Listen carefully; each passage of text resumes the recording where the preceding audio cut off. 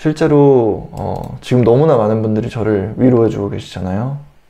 그럴 자격이 없는데도 정말 제가 생각하기에는 내가 정말로 이런 관심을 받고 사랑을 받고 응원을 받고 위로를 받을 자격이 없는데도 너무나 많은 분들께서 저를 정말 따뜻한 마음으로 대해주실 때 너무 감사한 한편 정말 아직도 잘 이해가 가지 않습니다. 하나님의 뜻이 이해가 가지 않듯이.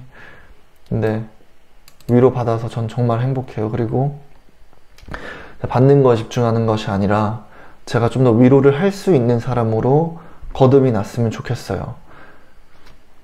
네. 정말 앞으로 한국에 있으면서 저와 같이 신앙생활을 하면서 같이 믿음을 같이 기를 수 있고 그런 사람들을 만나갔으면 참 좋겠다라는 생각이 들더라고요.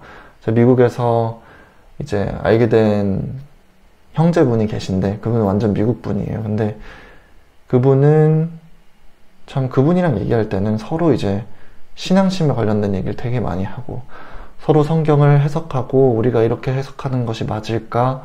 넌 어떻게 생각하느냐? 이런 식으로 막 얘기를 하는데 그분이랑 얘기를 하면 최소한 한두 시간 얘기를 하는 것 같아요.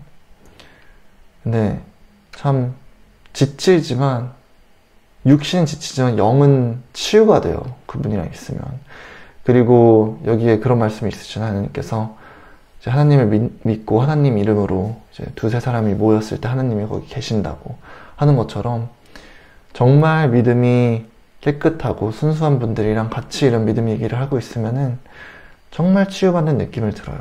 그래서 앞으로 한국에서도 그런 분들을 찾을 수 있다면 정말 그것도 축복이겠구나 라는 생각을 했습니다. 지금도 여러분들과 함께 이 신앙 공부를 위치적인 그런 제한 없이 시간적인 제약 없이 여러분들과 함께 공부할 수 있다는 게 너무너무 행복해요. 제가 살아있는 이유 중에 가장 큰 것이 어떻게 보면 정말 하나님을 따르기 위한 게 제일 크기 때문에 그 중에는 하나님의 말씀을 전파하는 것도 있고 물론 제가 모르기 때문에 이제 같이 성경을 공부해 가면서 그 믿음을 기를 수 있다는 것이 저는 너무나 큰 축복이고 은혜라고 생각을 합니다. 그리고 뭐 여러 가지 말씀을 하시는데 의를 위해 굶주린다는 표현도 너무 좋고 여기 있는 표현들이 다 너무 좋아요. 마음이 깨끗하다, 화평을 이루는 사람, 의를 위해 핍박을 받는 사람들은 행복하다.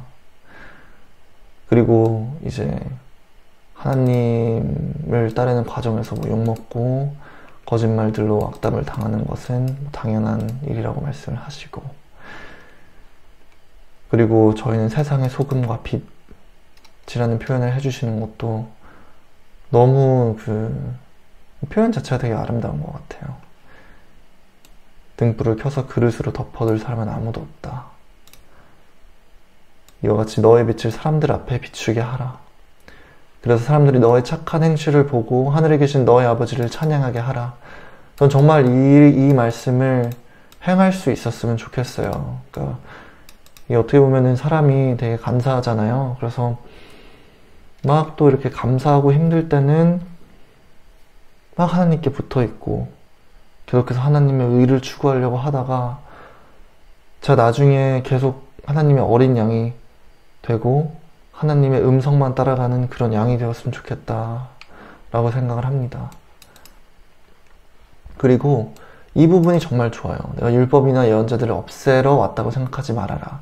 없애러 온 것이 아니라 완전하게 하러 왔다. 완전하게 하러 오셨다고 하시고 이 율법의 한 점이나 한 획도 결코 없어지지 않고 다 이루어져야 하고 이 계명 가운데 가장 작은 것 하나라도 어기거나 다른 사람에게 그렇게 하라고 가르치면 하늘에서 가장 작은 사람이 될 것이고 누구든지 계명을 실천하고 가르치면 하늘나라에서 위대한 사람이 될 것이라고 말씀을 하십니다. 그러니까 이 계명들이라고 하면은 10계명과 그리고 10계명을 이루는 10계명에도 이미 나와 있지만 그것의 주가 되는 제일 중요한 2계명 예수님의 말씀 드리겠죠. 그리고 그거를 실천하면 자연스럽게 그게 완벽한 계명들이기 때문에 자연스럽게 하나님이 말씀하신 모든 것들을 다 그냥 하게 된다.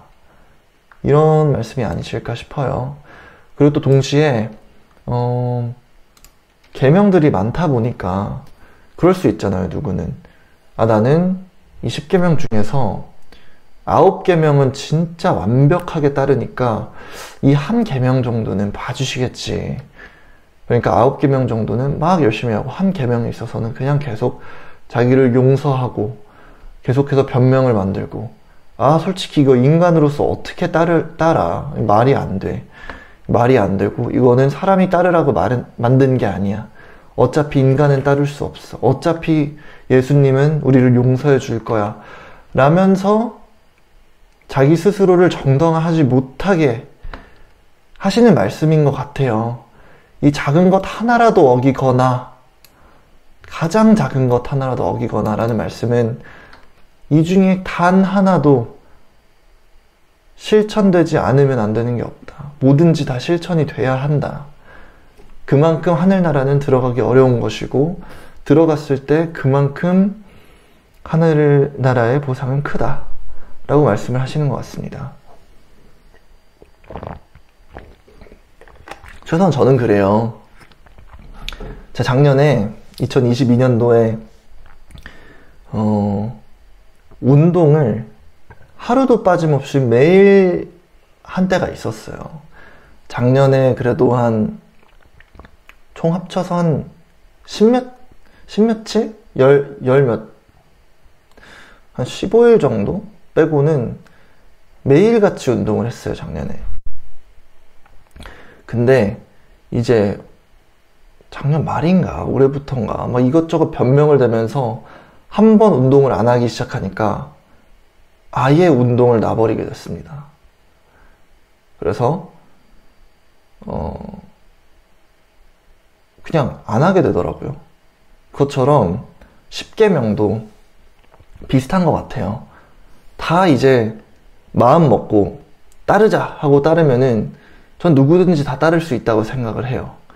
근데 어느 순간 이제 사탄의 유혹에 넘어가서 이 정도 하면 됐지, 이 정도는 용서해 주시겠지 하고 딱 하나라도 어기는 순간 그때부터는 하나님과 자연스럽게 그 거리가 멀어지고 고난을 피할 수 없다고 생각을 합니다. 그래서 하나님과의 관계를 좀 회복하시고 싶으신 분들 다시 10계명을 다시 한번 읽어보시고 과연 내가 이거를 잘 실천을 하고 있는지 아니면은 예수님이 말씀하신 대로 잘 따르고 있는지 한번 생각해 보는 것도 되게 좋다고 생각해요. 최소한 저는 읽을 때마다 내가 잘못 생각하고 있었구나.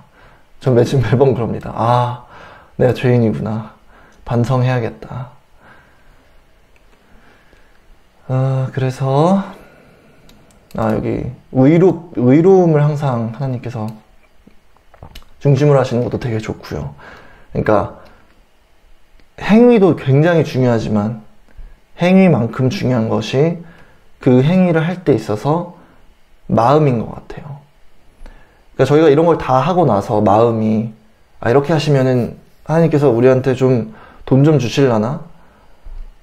우리를 승진시켜 주실라나? 우리 승진해가지고 월급 더 받게 해주실라나? 이런 마음으로 하는 것이 아니라 진짜 따르면서 정말 하나님 사랑합니다. 하나님의 뜻대로 하게 해주세요. 하나님의 의로움에 종이 되게 해주세요.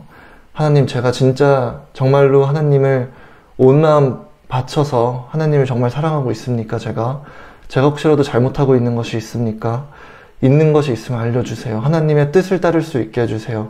이런 식으로 그 마음도 굉장히 중요하다라는 거를 말씀을 하시는 것 같아서 이 구절도 되게 좋고요. 그리고 이제 하나하나 설명을 해주시는 것도 되게 좋아요. 이제 자기 형제를 어리석다고 욕한다, 굉장히 이런 거 읽고 있으면은 내가 위선적인 행동을 하고 있진 않은가 가끔씩